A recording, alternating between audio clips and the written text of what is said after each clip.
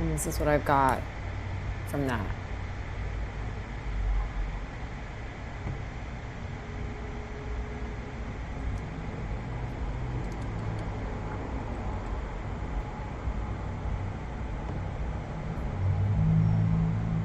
And I think we're going live in a moment, probably. Okay, yeah, that looks good. Yeah? Okay, great.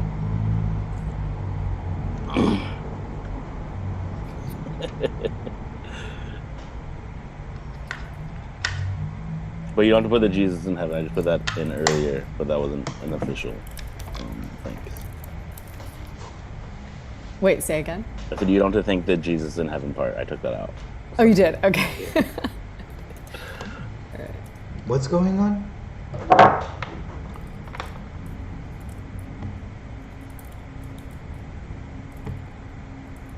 Is there other people we want to thank, Ruben? Are we gonna like start thanking people? There's a, do you see the chat right now? There's a what? Do you see the chat right now? No. Look at it. What am I doing? Okay, if you just turn off your own camera to disappear, good practice. I can put those in even right there.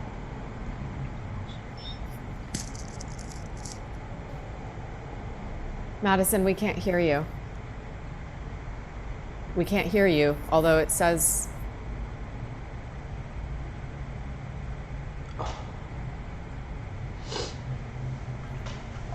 Anything you can write, I won't prove you wrong.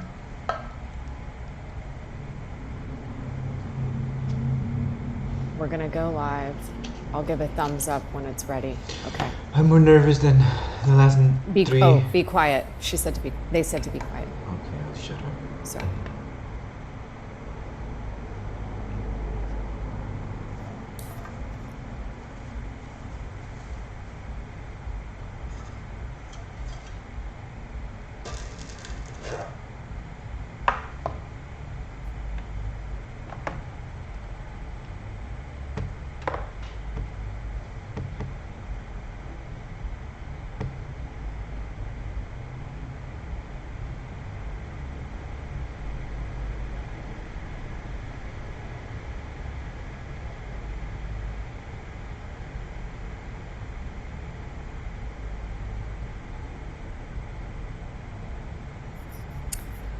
Hi, everyone. My name is Roya Amir Soleimani. I am the Artistic Director and Curator of Public Engagement with the Portland Institute for Contemporary Art, or PICA.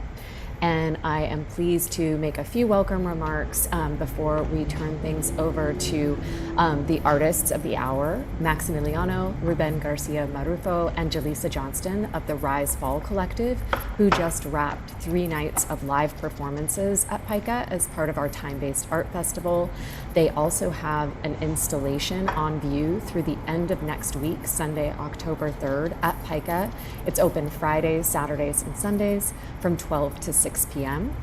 And in addition, they have digital content streaming as part of the festival online. Since you're watching this, you probably know how to access that, but you can go to pica.org/TVA to order a pass and view all of the content online. I do want to say a few words about the lands that we're on here in what is called Portland, Oregon, before we begin. PICA acknowledges that Portland lies within the traditional homelands of the Multnomah, Oregon City Tumwater, Willata, Wasco, Cathlamet, Cowlitz, Clackamas, bands of Chinook, Tualatin Kalapuya, Molalla, and other indigenous peoples. People from these lands were relocated to the Grand Ronde Reservation under the Kalapuya, etc., 1855 ratified treaty, also known as the Willamette Valley Treaty, and are now part of the Confederated Tribes of the Grand Ronde. The Grand Ronde people maintain a connection to their ancestral homelands and continue their traditional cultural practices in our region. Our region's indigenous community now includes descendants of over 380 local tribes, and PICA respectfully offers this acknowledgement as a small step on a path towards recognition and repair.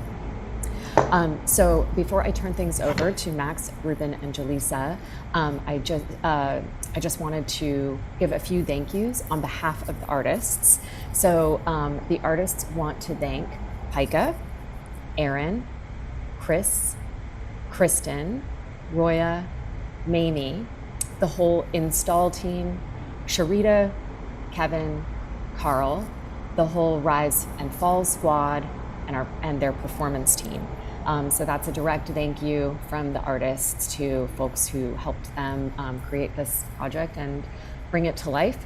And I also want to say that it's really a pleasure to present another iteration of this ongoing project, since we did present a version of it online last year at a different point in its process as part of TBA. So it's really special to see the project coming to life over time, and for these artists who I think have been working in some way, shape, or form on this vision since 2017. So this is really special and huge, and we're grateful to be part of supporting it through PICA. And finally, if you have questions or comments toward the end, if the artists choose to offer time for Q&A, you can put those in the chat bar of the stream. So you'll see that on the right-hand side of what you're viewing.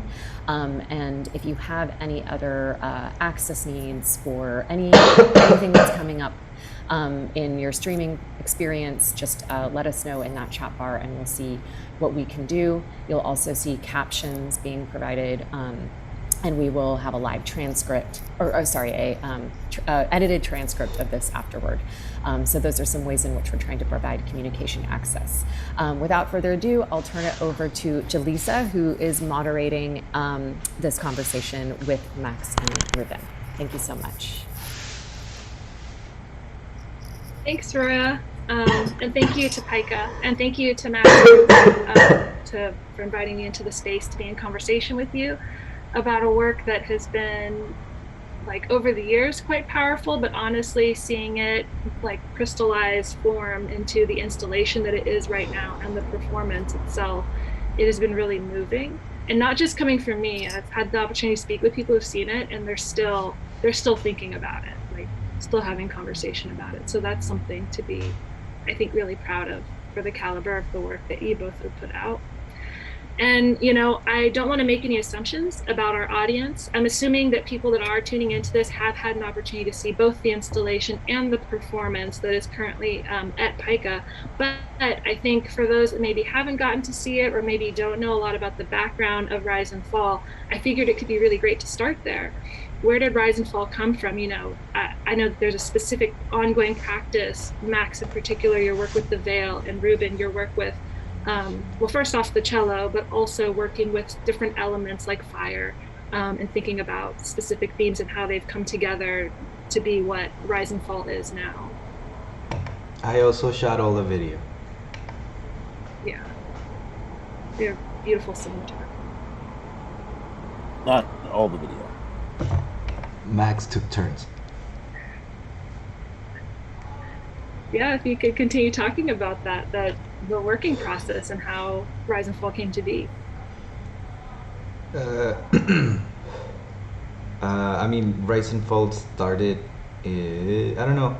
Max, you want to take it? Sometimes I like to include what we did before, but I don't know if it's part of the thing. No, I think all that feeds into it. Yeah, for me, I mean, Rise and Fall didn't start, I don't think, like, in this like clear-cut way. It wasn't like we got together and like, oh, we're gonna start a group and it's gonna be called Rise and Fall. That was like an organic thing. So Rise and Fall, how did it start? I think, yeah, we all had our individual practices that we were working on, and then they kind of met and started braiding together, which was Ruben and I had just worked together for like the first time right before we filmed the first footage with Jaleesa, and then yeah, so Ruben helped create my my thesis work all those many years ago. So that was like how I first started working together, but already at that point was like working in like fabric and thinking about ritual and veiled bodies and stuff. And then yeah, feeling like an overlap with Jaleesa, and then wanting to explore, continuing to explore these ideas and push them like further, and thinking about like the fabric and veil as these like all the different ways this material could be used, like conceptually, physically. And then like I think the first step was wanting to like make a veil that was meant to be activated by multiple people. So that's kind of like how it started in the early days. The three of us got together, and I don't. Again, there wasn't any talk of this multi-year project. It was just like, hey, we're gonna meet together. We're gonna try this thing out one day, and just see what's up. And then I don't even think the name Rise and Fall came until like a year later, when we were applying for something, and I was like, I guess we have to call the project something, and then Rise and Fall. Yeah. I think because our intention at Spaceness was to perform on the beach. That was the original. I forget. I forget that it was supposed to be the beach. Yeah. It's like, it's so far away. Or something. Cars or something. I don't know, but. Yeah, I forgot the beach was supposed to be the original spot. That was, and then we ended up inside, but it was still good. It's still. No, it's still cool. I think still like, starting those like steps. I feel like so much of the stuff because like so Rise and Fall starts as like a video performance piece, and then in time grew into like a live performance. Like elements of the video were like really engaging to us all, and we were like, let's take this live, and we had that opportunity at Spaceness in like 2018 to actually do like a live version, but it's still like a 20-minute performance, and we were like, there's like, this feels like there's like a lot here, it could be like a lot here. And I think since that time we were like wanting to have the space and the opportunity to kind of like stretch it out and see all the other things it could be, and like what else it could do, for sure. Yeah. Well, and I feel like the process itself is really like it reflects the name, right? Like I think at the time the name came forth simply because we were like going to be on the beach, and I think if I recall properly, the name was meant to be just for that one time at Spaceness, like a performance of something. And so thinking about like the rise and fall of the waves crashing against the shore, but I feel like that undulation is so perfect for that actual project, because it has been this like flow of working, and this flow of coming in and out, and the project like morphing and shaping and continuously evolving over time. So I feel like it's just been this like it's had this beautiful life of just like this movement, that up and down undulation. I was thinking, now that you reminded me that the original thing was the beach, and I remember like, this idea that we were gonna like be performing with like the waves coming up more and more on us. And then, so that's interesting that like, we had that idea back then, but it wasn't until like, the beginning of 2020 when we went to like Savvy for like the last stuff we filmed, that we kind of like had that effect finally, like 3 years later or whatever. But got there. And it caught us all off guard. It did. That moment, Ruben being like, fuck, there's water everywhere. My recorder. I remember that. Grab the equipment. So for folks that might not have, we've talked about it before, I think in a previous artist talk, but at the very end, or I don't know if you can call it the end, because it's really a loop of footage, right, Ruben, for the installation. So I guess there's no beginning or end. But there's a point where the three of us are on the beach at Sauvie Island performing together. And right before that moment, we were on dry land with the ocean next to us, or the water next to us. And then before we knew it, the water was like everywhere, and we had to get up really quickly. But then we were able to come back and like rework it, and it ended up very beautiful, very beautiful. And I don't know, it created for this really kind of otherworldliness, I think, in the footage. I think a boat came through it and just like make waves, and started to engulf us, I guess. Yeah, that's what happened. We were not aware of it until we were in it, which is very fitting for life, I think. Well, with that though, I actually have a question about the installation. So, I mean, my question, and we had already kind of gone over some of these, but thinking about the concept and theme of Rise and Fall and how that really shows up in the installation of it. There's just so many parts of the installation when I got to see it that were really like just so engrossing for me. Like those screens, that concrete around the screens, the residue of the concrete onto the screens, the three screens, the footage, the way the footage is showing up next to each other. I feel like there was, and then the veils coming down from each screen and, you know, touching down into the space where the viewer is. And so there's so many elements, I think, in the way you chose to present all of this footage. I was just wondering if the both of you could talk a little bit about the process or the thinking through leading up to that, and then how you feel now that it's like physically there. I mean, it's been a while of wanting to see all of this material together finally, and now it's you know, sitting there in the space. So I'd love to hear like more about your thinking behind it, and then how you're reflecting on it now that it's a thing in the world.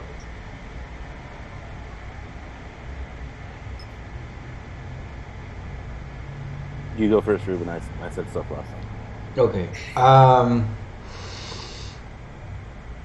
I I can say that it was a very difficult process.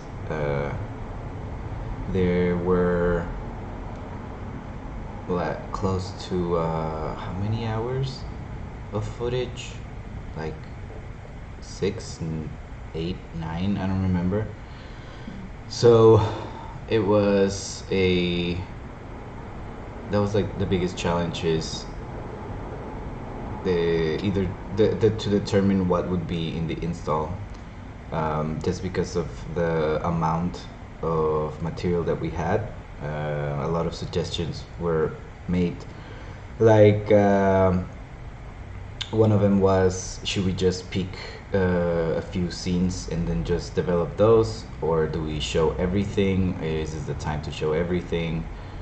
And that was like one of the first things. And finding the pacing and how transition from one scene to the next, that was like the hardest thing, at least in the edit.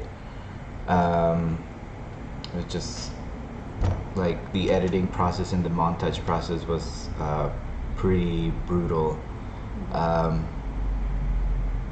had to so it's like 3 channels, each of them is like 35 minutes, so I had to edit like what, 105, 110 minutes of footage spread out throughout 3 screens. So it was kind of a lot in that aspect. And I mean, I always felt it was a narrative going on and trying to find it or something. And as we were reviewing footage, we saw some of it of people undressing, like either you or Max undressing. And that also, as we were watching, it was like, oh, there's like a lot of these moments of before performing, right? Like us riding in the car, are getting ready, undressing, and like getting under it, that eventually played out and informed the performance, which was kind of interesting how that became like a big part of it, the undressing and dressing, like the, you could say, beginnings and endings of the performance, specifically for the people inside.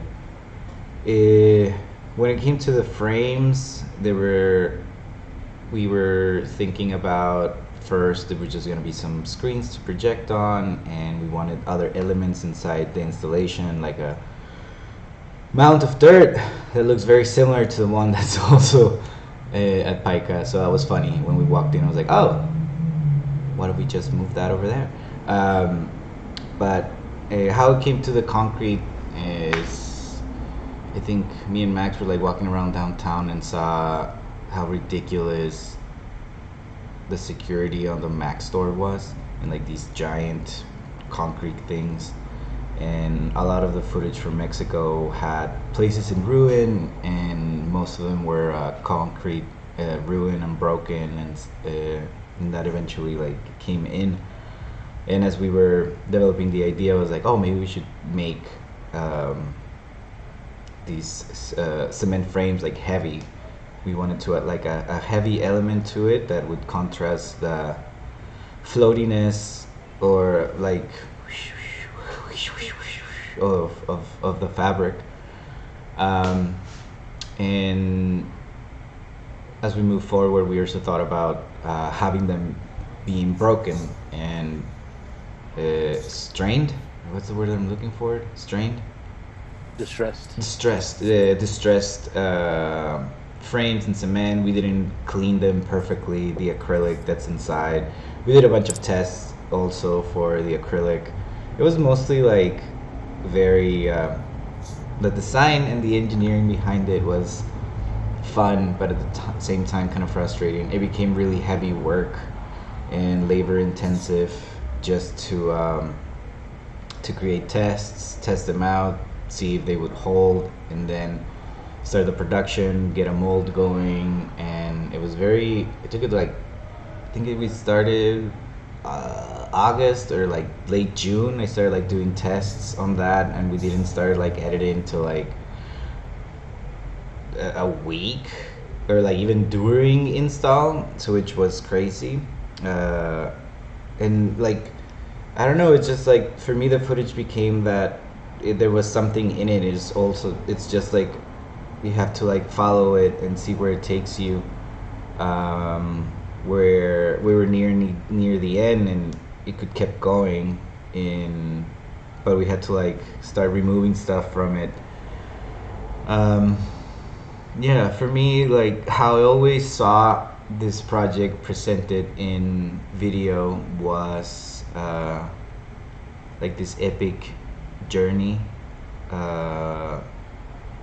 between these people, and like meeting for the first time and getting to the like this transit of these different landscapes.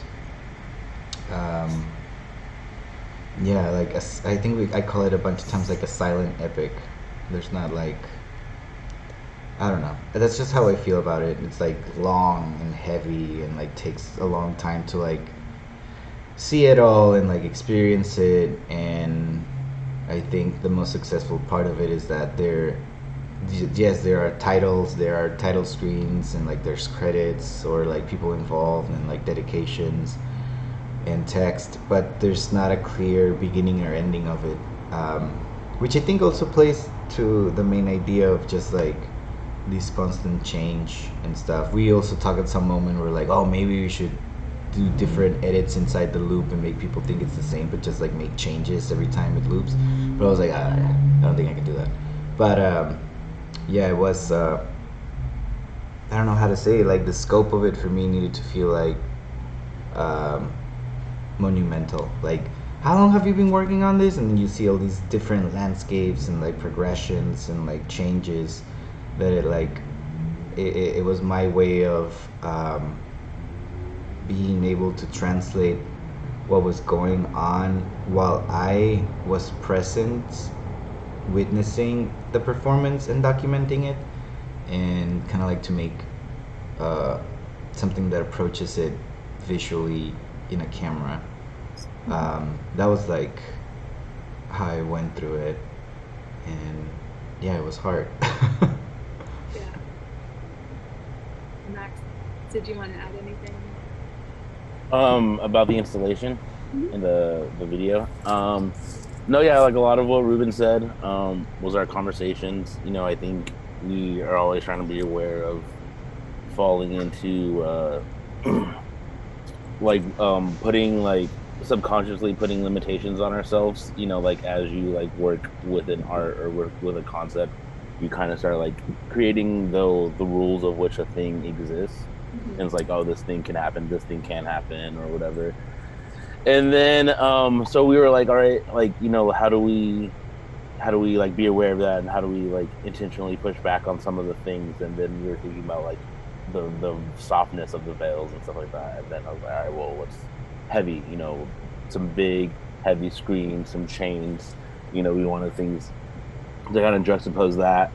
And then yeah, like Ruben said, you know, these Mac store, the Mac store became its own like military compound. And then just thinking of, you know, those being these like signs of time, of corrosion, of also like the hand of like humans aiding in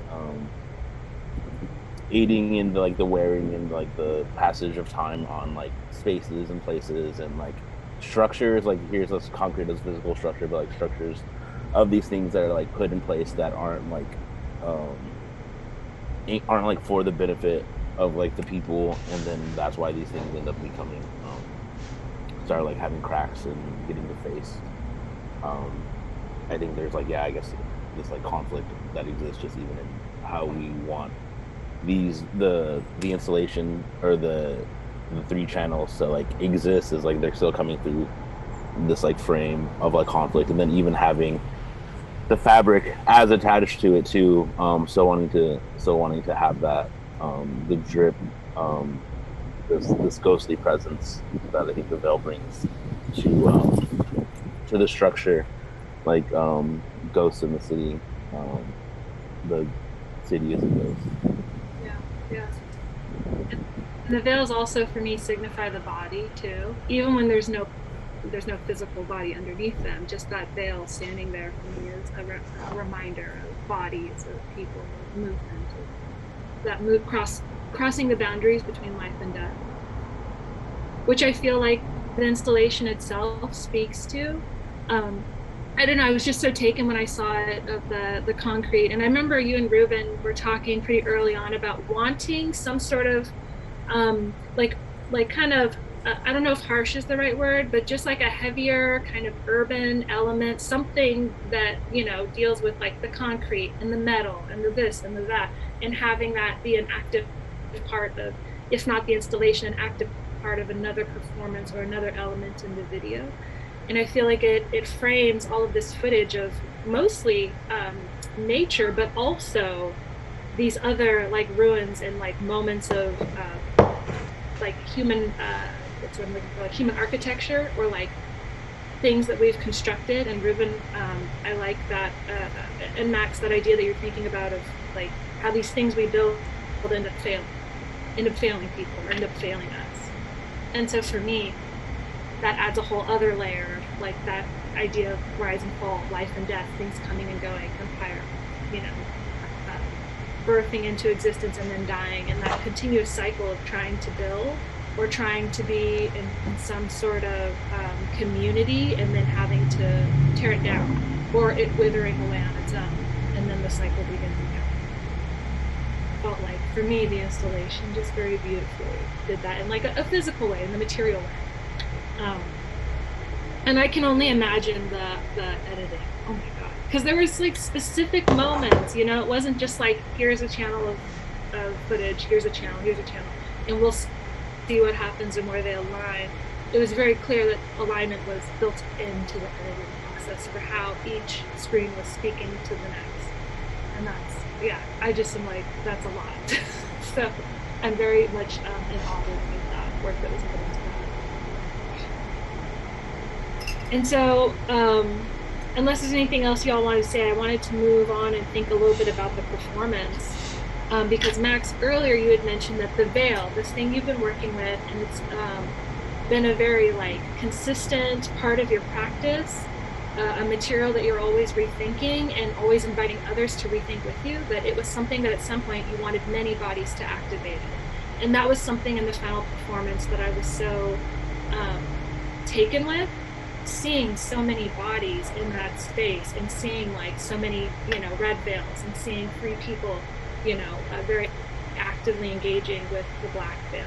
And so I was wondering if you could talk about how going from the installation, how that led you to the performance, and the choice to really embrace like this very multi-layered performance with many different people, and also a performance that doesn't, I feel like the performance resists being any one thing. I'll shut up because I feel like I'll just start talking forever about what I thought. And I'll just let you talk a bit more about your choices behind the performance. Yeah, I think when we were first thinking about the performance originally, it was gonna be us, and then thinking about the performance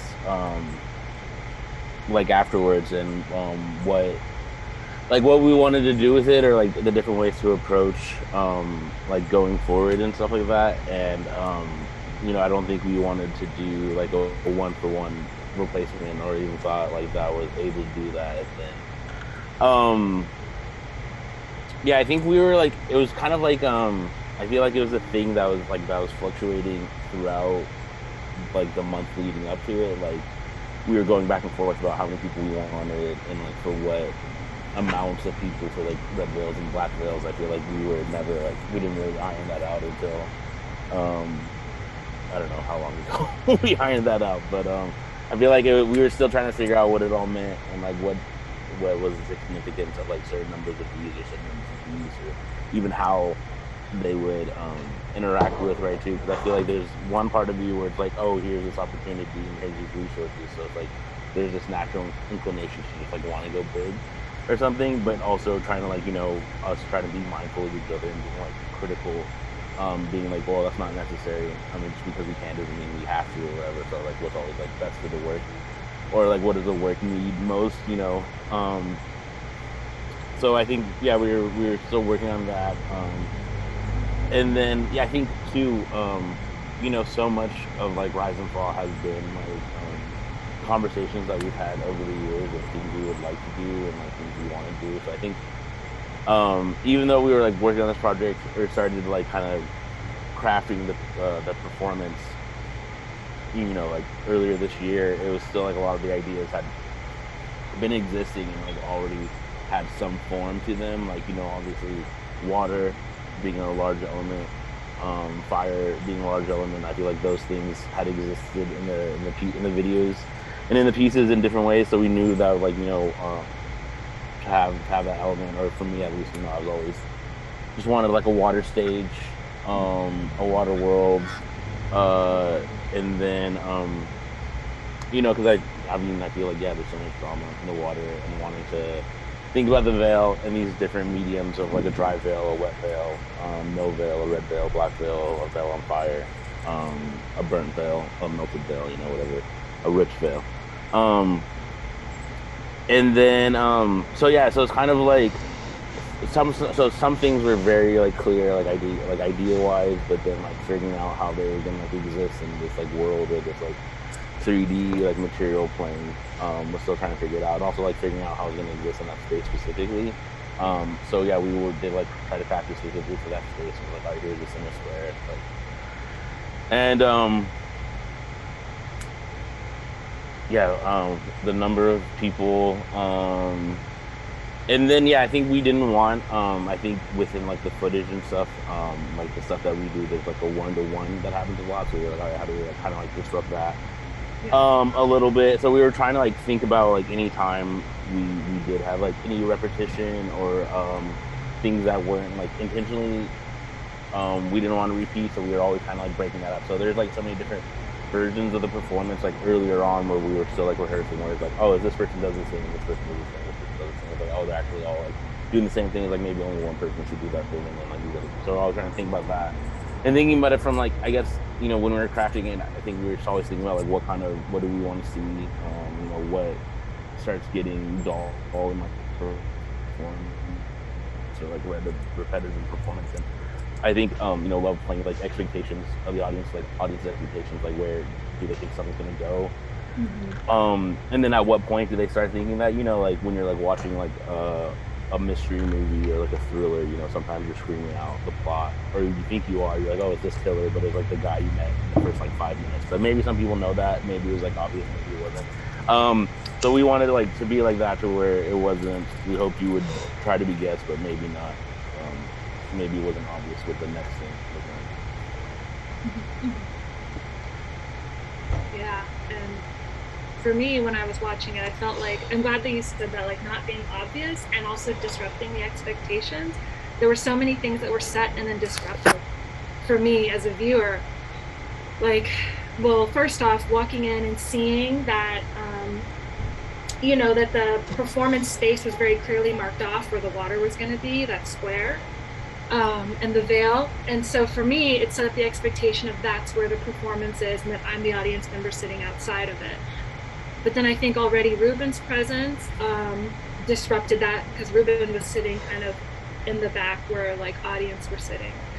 And then later on, when the water was on the ceiling, the reflections of the water on the ceiling for me were just everything. Because it was in that moment that I was like, oh, this isn't just contained in this small space.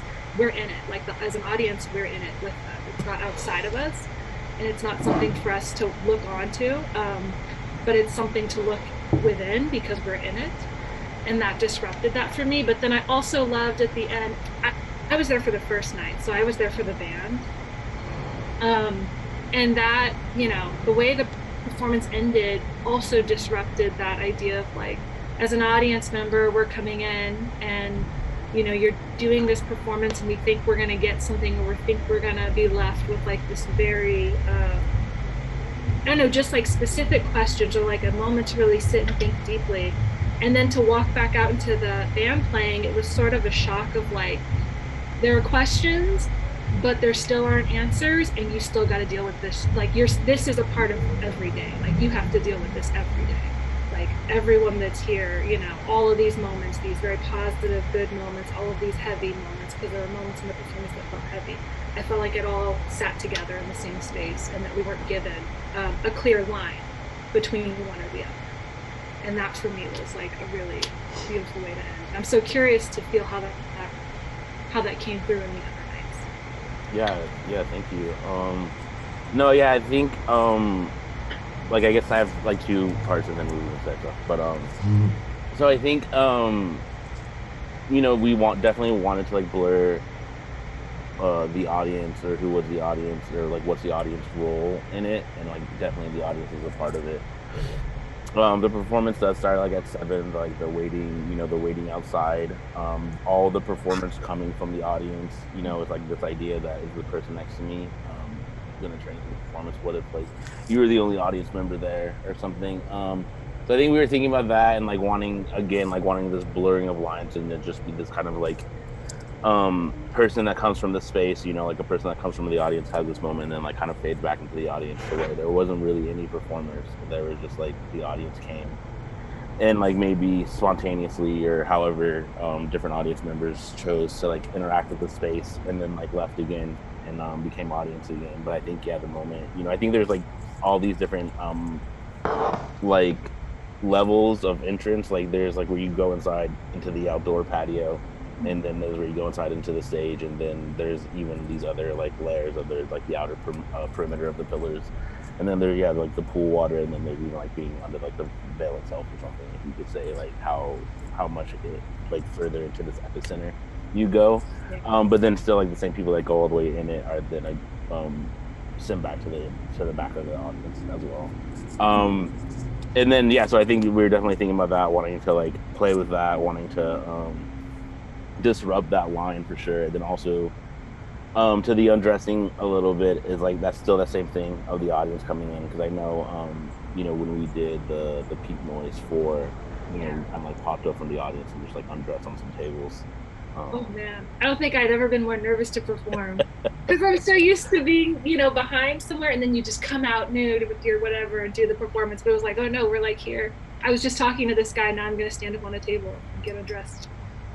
Yeah. Right next to him. But, yeah, that's right. But that was something that I was thinking about, was like it's a part, that act, the ritual, and I do have a question later on about ritual, but the ritual of undressing and how it can just be such a subtle shift, just a choice to do something with a different kind of mindset, or just a choice to do something a certain way, and suddenly we're in that liminal space that I think Rise and Fall is asking all of us to like see every day, to acknowledge every day.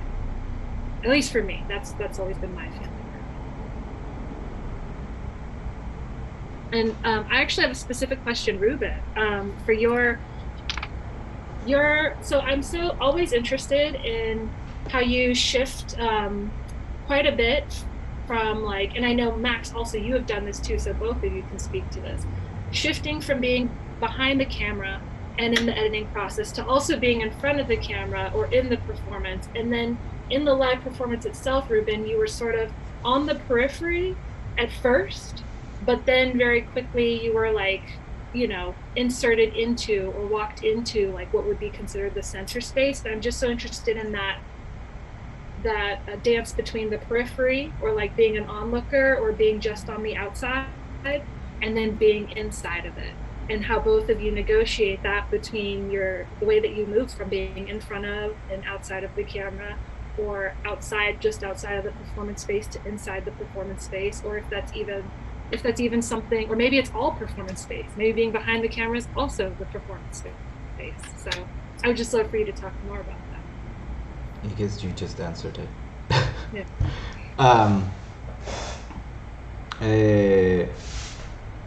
I think it's a very similar, at least for me, it's a very similar, like mental space, I guess, and body space. As when I am behind the camera, I am also camera. I also have to be very careful about how I move, how I breathe, what I move, and like you can fuck up whatever is happening in front of you if you are not careful. And I think that I don't, and when it comes to like that periphery aspect, I'll come in a little bit, but it is very similar. I told Max has his own perspective of how they think about performance and how they choreograph, and for me, I see it as if we're like a continuous take, you know, no cuts. You cannot jump, you cannot be removed from that space, and tension is being built up. And that's a lot of how I participate in the crafting of the performances.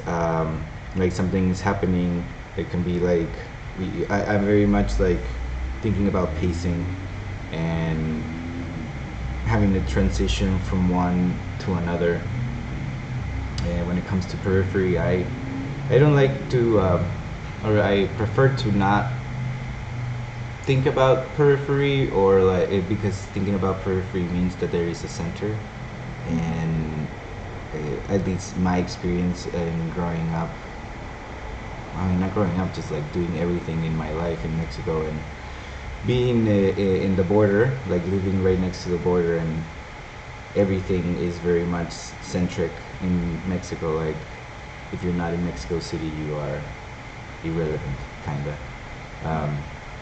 Referred to anything outside of the center of Mexico as like the provinces, and peripheries and like all these things are just, I feel like are also these ideas of concentrations of power, and if the closer you are to it, the closer you are in order to access it. And I don't know, I never thought it was a periphery. It's just these kind of like relations between me being I think we always tell it like kind of like a conductor,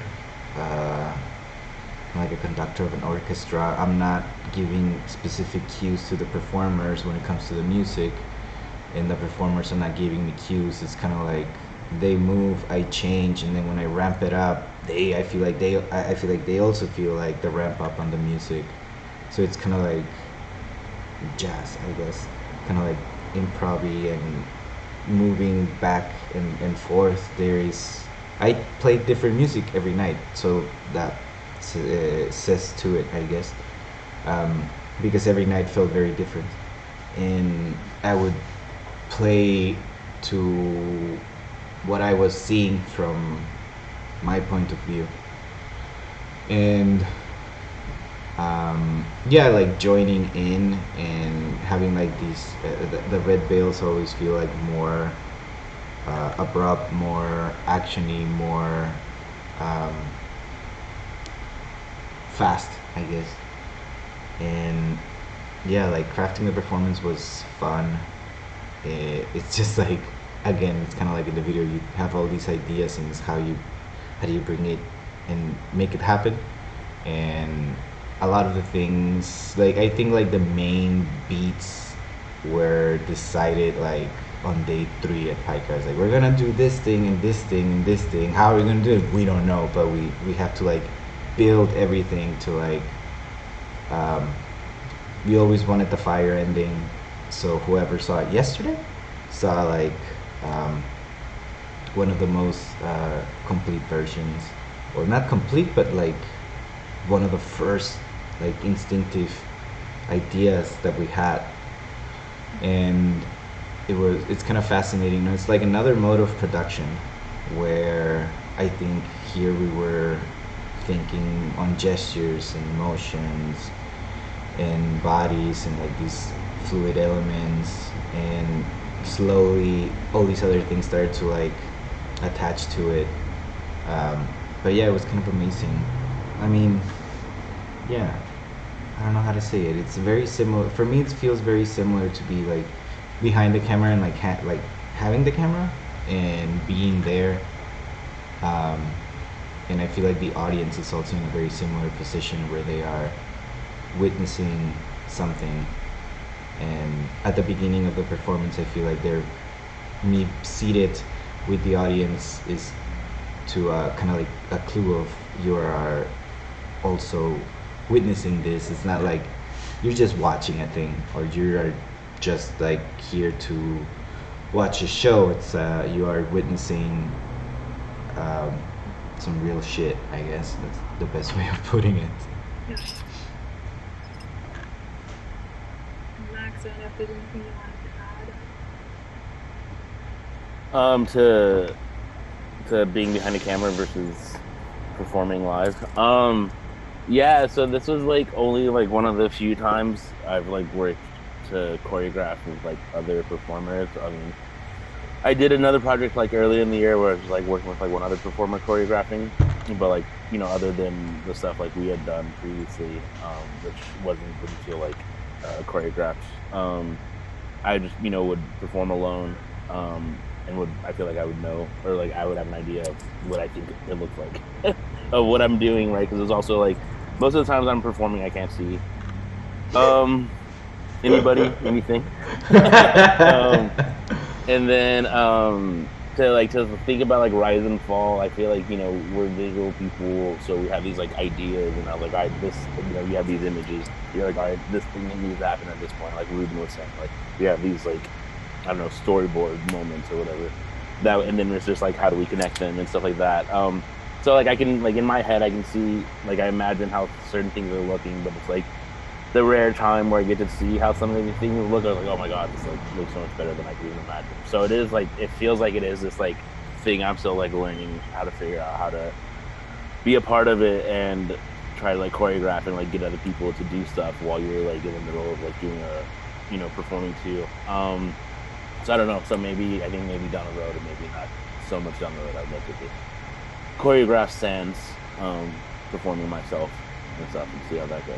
Mm-hmm. But there's also like, I feel like there's like this other bond that I feel like is formed. I feel like if I was just choreographing, I feel like I'd have a different relationship with all the other casts, you know, because I would just, you know, I wouldn't be like getting my hands dirty per se or whatever. But I feel like, you know, with Rise and Fall, like Ruben and I were like in the trenches, and I feel like all the worst stuff was the stuff that we were doing, and we didn't ask anybody to do anything that we hadn't already done a bunch. But yeah. That is true. Well, and then I just keeping an eye on the time. I have one more question that for me is like the most important question. I appreciate very much that you spoke to that, like actually not wanting there to be like a center or a periphery, but that it's really just this like constant shift of, for me, when you were talking, I was thinking about shift of attention, and that led me to thinking about ritual and how ritual is often like a shift of attention. So anything can really be, it's just wherever the focus is going, and it's always changing throughout the day. Anything can become a ritual at any point in time if you want it to be, or if you don't want it to be. And rituals throughout the video, throughout the performance, the live performance. And so I was just wondering if you could speak to the place of ritual in the work, but I'm also just curious about the place of ritual in your own practices or in your life. Like, it felt like there was such an echo of that was far beyond even just the performance. You want me to start? I feel like it's like, I don't know. I mean, some of the things I don't know how much to reveal or how much Ruben will want me to reveal about certain things. But I feel like I'm okay. You're the one that doesn't no, like you don't even revealing. know what I'm gonna say, so you don't. So you say that now, but you don't even know what I'm Oh, I'm gonna gonna say all the bad things and how I lived in the last 5 months, so it's Oh, okay. okay, just all the cement dust. Ugh. But so I think I think Ruben and I like come together and we'll make this kind of art. But I feel like a lot of our references and like how we know each other and like speak to each other comes from very like non-art places or whatever, like Yeah, it does. like the lowest of culture or whatever. Uh, but I feel like we can like distill certain moments from that and like implement them in our own ways. But I think like ritual is like all over this piece. In the installation, the way the installation's set up, the numbers, like I feel like all that speaks to ritual. But also like I feel like we like to, it's like a spell. It's intentionality. It's like when you're writing, spelling is a spell. It's like weaving. When you're like painting on canvas, like there's this idea that like you're engraving these intentions into every thread, every fiber, every piece of rebar or concrete or whatever. But then so that existed too. But then when we started like working with our crew, our cast, um, I feel like it was very much like we need to learn how to build bonds. We need to learn how to feel comfortable with each other, with ourselves, like in these veils, learn how to like move in the veils, just like process that of things that we've been doing over years, but like how do we introduce it to new people. So I feel like we were running these like retreats, these like workshops that felt very like culty as we were indoctrinating. Yeah, it our was. crew. Yeah, but like I mean, they're all into it. They super liked it too, and I think because of that, you can feel like you do feel this like palpable energy. I think there is an awareness from our cast how the ways we've like brought them into the project like over time. This like kind of like slow process of like introductions and getting used to like the fabric, into the concepts, into like the body, into like each other, and then doing this stuff like publicly to where they like I feel like they pick it up, they sense it, they feel this like other grounding, because I mean, I know Jaleesa, like this there's this other feeling from when you are like underneath that veil and you're like just naked and you're like doing these things. It feels, I don't know, transcendent in some ways. So I think gathering up that energy like months before, and having it believe, right, like I think by having us believe, they believed, and by the time that the audience sees the performance, they're seeing like everybody like having this like kind of commitment or understanding to this like energy that we've been cultivating, that now is even bigger because like we have all these other components that have embraced it and supporting it and are adding their own energy too. So so much of like Rise and Fall is obviously the contribution of other people. So I think that energy was all created through intentionality, through that. I think, yeah, I guess ritual is intentionality in that way, and definitely like obviously like ritual on like a more like surface level too, with like the repetition of certain words and the movements, and where we were choosing to place things, like not, I don't want to like give away all that stuff, but you know like seventh level um you know sacred geometry. Mm-hmm. I'll stop there. Ruben. Um, I guess I can start with like the daily rituals, or like how rituals live in my life. I think for this project, I had to abandon everything in my life in order to like complete it. I had to build the cement screens here, do the tests. My place was full of dust, and I was dusty for like 2 months. I think I would walk anywhere, and I was dirty as fuck. People look at me weird when I would walk into anywhere. I was like dirty all the time. I had to like stop seeing people. It was just this was the only thing. Not even like, don't even get me started about the install or the editing or the crafting of the performance, like all of that took like a really, really big toll on me. And all these little things that I had, you know, like these moments of awareness of, or these moments of daily intention, where it could be something as easy as just like staring at myself in the mirror in the morning, or like making my coffee in a very specific way. Like all these things were out of the window, out of the house, I guess. It was a complete abandonment of myself. It was kind of intense, but I don't know if anything of that came through in the work or the install or anything, but that's how I was feeling, and I wasn't able to like fully land back on myself until like last week when we were working with the Red Veils. We had 3 days to work with them and like bring them in and like crash course into bonding. And yeah, I think I was able to get, what was it, 6 people, just like, we have 3 days, we have to do this. And it was very intense. And yeah, you just think there's a lot of factors that add to it. Is that maybe from the perspective of me and Max, it's hard for us to see like how devoted we are to it, or how we wanted it to happen, or how clear and committed our vision is, that just people believe with us, I guess. And it's, I mean, it's kind of like, it's not heartbreaking, but the opposite of that. It's like very endearing to have, because some of these people were strangers to me. Some of them were close, or not close, but some of them I knew, and some other were like I never met before. So having them join and leave it all out there, you know, like even like as intensely as us, was for me clear that we were doing something that is kind of inspiring, or can bring something to their lives.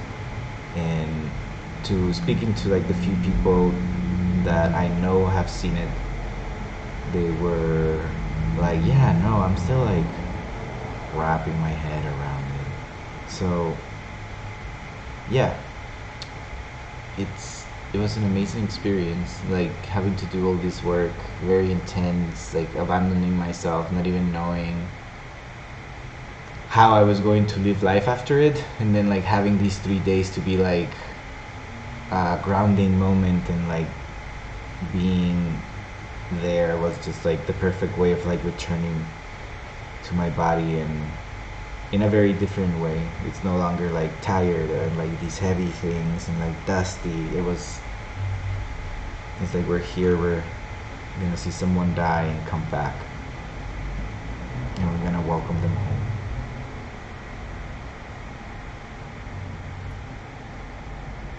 Thank you. I've realized I've taken up the whole time with my questions and didn't leave a lot of space for audience questions. We have 3 minutes. I don't know if anybody does have any questions. Throw them into the chat.